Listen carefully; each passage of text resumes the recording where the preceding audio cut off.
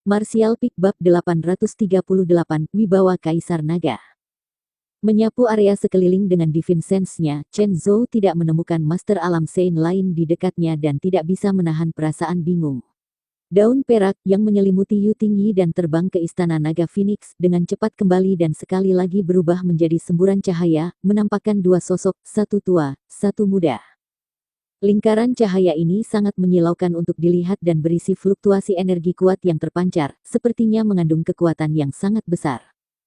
Bai Jingchu dan Yan Zi dari surga Gua Neter beku keduanya menyipitkan mata saat mereka menatap pasangan pendatang baru ini dengan curiga. Mereka dengan cepat menemukan bahwa kedua orang yang tiba-tiba masuk ke medan perang ini tidak sekuat yang mereka perkirakan. Orang tua itu hanya Master Alam Transcendent Orde pertama, dan tampaknya sudah memiliki satu kaki di kuburan, mungkin tidak bisa menampilkan banyak kekuatan di pertempuran. Yang muda di sisi lain penuh dengan energi, tetapi hanya seorang bocah batas Immortal Ascension tahap ke-7, bahkan jauh lebih lemah daripada orang tua yang sekarat. Biasanya, Bai Jingchu dan Yan Zi bahkan tidak akan menyisihkan dua pandangannya, tetapi lingkaran cahaya kuat yang mengelilingi mereka bukanlah sesuatu yang bisa mereka abaikan begitu saja. Bagaimanapun lingkaran cahaya ini dibentuk oleh artefak yang baru saja menyelamatkan Yu Tingyi. Yan Zi, yang telah melakukan kontak dengan artefak ini, sangat menyadari kekuatannya. Setidaknya itu adalah artefak peringkat menengah kelas Sein. Itu adalah harta karun yang bahkan Yan Zi akan ngiler. Hanya ada dua artefak kelas Sein di surga Gua Neter beku dan keduanya hanya peringkat rendah. Yang Zi dan Bai Jingchu sama-sama sudah membayar harga yang sangat mahal agar Grandmaster mau menyempurnakannya. Untuk menyempurnakan kedua artefak itu, Bai Jingchu dan Yan Zi hampir mengosongkan pundi-pundi kekayaan surga Gua Neter beku, dan hanya berhasil memulihkan keuangan sekte baru-baru ini setelah bertahun-tahun menabung. Latar belakang seperti apa yang dimiliki pasangan tua dan muda ini? Dengan tingkat kultivasi yang buruk, mereka sebenarnya menggunakan artefak kuat semacam itu. Saat Bai Jingchu dan Yan Zi sama-sama melamun, mata Chen Zhou menyusut saat dia tanpa sadar berteriak Sun Yu. Sekilas, dia mengenali bocah lelaki itu sebagai murid yang telah memasuki lembah naga 2 tahun lalu, sementara lelaki tua yang berdiri di sampingnya tidak lain adalah Ling Jian yang telah menjaga pintu masuk lembah naga. Tapi mengapa pasangan guru dan murid ini keluar dari lembah naga, dan bergegas ke medan perang yang kacau balau ini? Chen Zhou sangat cemas, khawatir tentang cedera yang diderita Yu Tingyi dan juga tentang keadaan Sun Yu, yang entah bagaimana tiba-tiba muncul di depan musuh yang kuat. Karena kekhawatiran ini, gerakan Chen Zhou menjadi agak lamban dan menderita pukulan dari Bai Jingchu yang terlibat dalam pertempuran dengannya, dalam sekejap mendapati dirinya agak tertekan. Sun Yu. Mata Yan Zi bercahaya menyapu anak laki-laki di depannya dan bergumam, aku mendengar bahwa bocah laki-laki yang memasuki lembah naga memiliki nama itu. Bocah kecil, apakah kamu orang itu? Jadi bagaimana jika itu aku, anjing tua? Sun Yu menjawab tidak takut, tidak hanya mengakui identitasnya tetapi juga menghina Yan Zi. Yan Zi tidak marah dan malah tertawa terbahak-bahak, haha kamu benar-benar memakai sepatu besi saat mencari kaki sendiri. Tuan tua ini khawatir orang-orang itu tidak akan bisa menemukanmu, tetapi tanpa diduga kamu datang untuk menyerahkan diri kepadaku. Sangat bagus, sangat bagus. Maksudmu 5 Master Alam Transcendent yang kamu kirim ke lembah naga? Sun Yu mencibir. Bagaimana kamu tahu tentang mereka? Mata Yan Zi menyipit dan tiba-tiba merasa ada sesuatu yang tidak beres dengan situasi ini. Menghadapi master seperti dirinya, anak muda ini terlalu tenang, berbeda dengan Master Alam Transcendent Orde pertama di sampingnya yang tidak tahan untuk menatap mata Yan Zi tampaknya di bawah tekanan besar. Tentu saja aku tahu tentang mereka, Sun Yu menyeringai penuh arti, karena mereka sudah mati, mati di tanganku. Mati di tanganmu. Yan Zi menatap tercengang sejenak sebelum menyeringai dan perlahan menggelengkan kepalanya, nah. Menurutmu tuan tua ini akan percaya omong kosong yang baru saja kamu ucapkan? Sebelum mencoba bertindak kuat, kamu harus terlebih dahulu mempertimbangkan berat badanmu sendiri. Catatan, di sini karena kosakata kita berbeda dari bahasa Inggris, jadi kata-kata mutiara ini agak kurang berkesan, seharusnya ini berarti, sebelum mencoba bertindak berat, kamu seharusnya mempertimbangkan berat badanmu sendiri, atau semacam itulah. 5 Master Alam Transcendent, masing-masing tidak lemah, dibunuh oleh bocah nakal batas Immortal Ascension tahap ke-7. Meskipun artefak yang melindunginya tidak biasa, Yan Zi tidak percaya Sun Yu memiliki kemampuan yang luar biasa. Percayai apapun yang ingin kamu percayai, tapi orang yang akan mati selanjutnya adalah dirimu, Sun Yu mendengus dingin.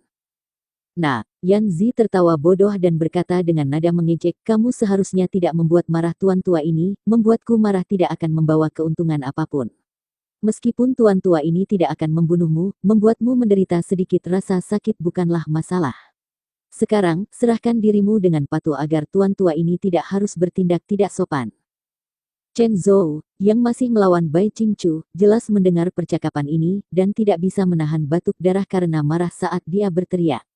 Ling Jian, dasar orang tua bodoh. Bagaimana kamu bisa membiarkan Sun Yu datang ke sini?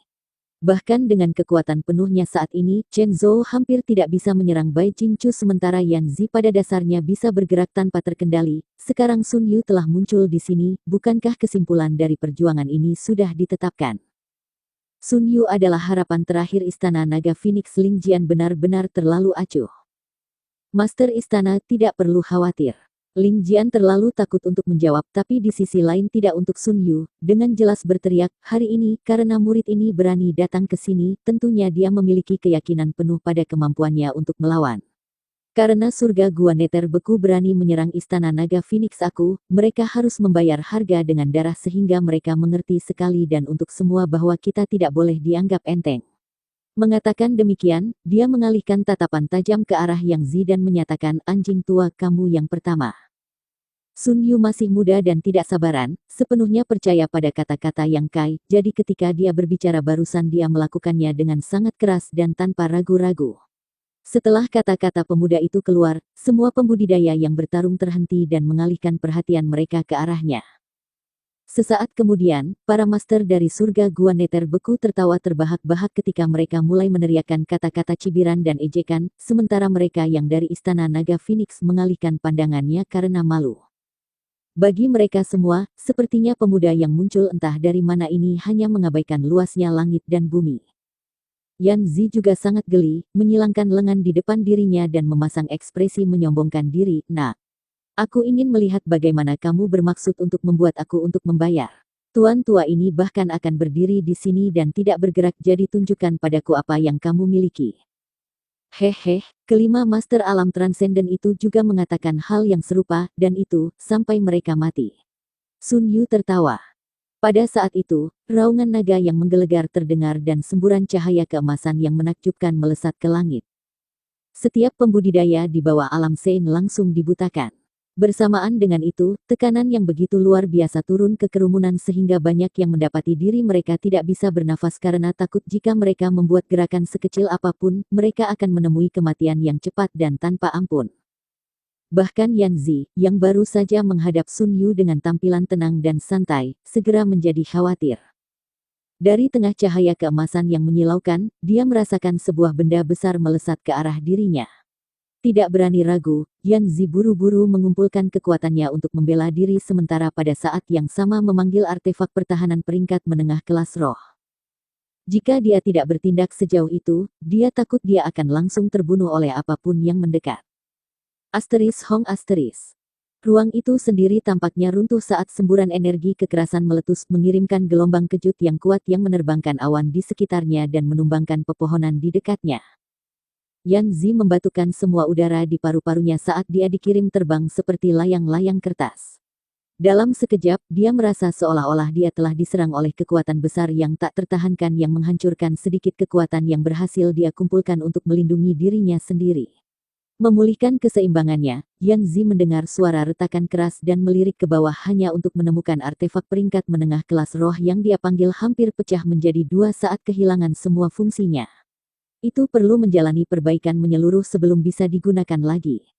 Dipukul dengan apa dirinya barusan. Apapun itu telah menghancurkan artefak pertahanan peringkat menengah kelas roh dengan satu pukulan. Cahaya emas secara bertahap mulai mereda dan Yan Zi akhirnya melihat apa yang menyerangnya. Matanya menyusut saat dia menatap tercengang pada pemandangan di hadapannya. Melayang di udara itu adalah naga emas sepanjang 100 meter yang menatap Yang Zi. Mata besarnya dipenuhi dengan penghinaan, dan di bawah tatapannya, Yang Zi tidak bisa menahan perasaan rendah diri yang mendalam. Naga emas tampak langsing dan lincah serta ditutupi lapisan sisik-sisik emas yang mempesona. Sisik ini sepertinya tak tertembus, seolah tidak ada serangan yang bisa merusaknya. Cakar naganya juga tampak sangat tajam dan mengeluarkan niat membunuh yang dingin, membuat orang tidak ragu untuk menilai bahwa itu tidak kalah dengan artefak kelas tertinggi sekalipun. Proyeksi energi. Yan Zi mengerutkan kening, tapi dengan cepat membantah tebakannya.